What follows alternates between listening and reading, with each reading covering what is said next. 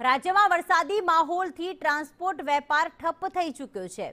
Vadodara transport એસોસિએશનના પ્રેમસિંહ ચૌહાણે નિવેદન આપ્યું કે સુરત, અમદાવાદ અને વડોદરા તરફ આવતી ટ્રકો ફસાઈ છે। વડોદરાથી દવાઓ અને ઇલેક્ટ્રિક સામાનની નિકાસ અટકી છે। વાહનો ફસાતા અને માલસામાન પલળવાથી કરોડોનું નુકસાન થયું છે। અંદાજિત 10 કરોડથી વધુનું આર્થિક નુકસાન થયું। કુદરતી કોપ સમજી ફરી કામે લાગ્યા છે તેવું પ્રેમસિંહ ચૌહાણે નિવેદન આપ્યું।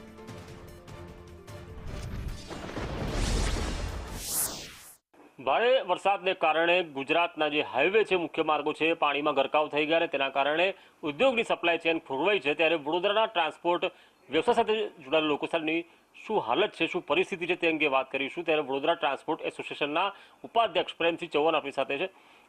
प्रेमसिंह जी, ये जो परिस्थिति हुई पूरे गुजरात में, जो हाईवे पर पानी भर गया, जो बिजनेस होते हैं, उद्योग होते हैं, उनकी सप्लाई चेन में असर पड़ी है, कितने का नुकसान मानते हैं? बहुत नुकसान हुआ सर। कम से कम हमारे नॉलेज के अंदर कम से कम 10 करोड़ का तो इधर नुकसान हुआ है।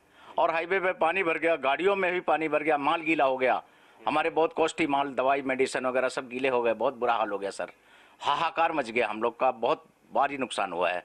ये भरपाई करना बहुत मुश्किल पड़ेगा सर। हम बहुत परेशान हो गए हम लोग। हाँ, मेडिसिन वगैरह, कोई इलेक्ट्रिक सामान वगैरह हो गया, मशीन वगैरह हो गया, परचूरन हो गया, ये सब यही सामान जाता है, वो सब गीला हो गया सर। नुकसान हो गया पार्टी का बहुत ज्यादा। कुछ इंश्योरेंस होता है? कोई इंश्योरेंस उसका नहीं होता है सर। किसी माल का होता है, किसी का नहीं भी होता है। तो जो नहीं होता है वो फिर हम लोग को भरना पड़ता है सर उसमें। कैमरा पर्सन निकेश वड़न साथे कुणाल शर्मा, संदेश न्यूज़, वडोदरा।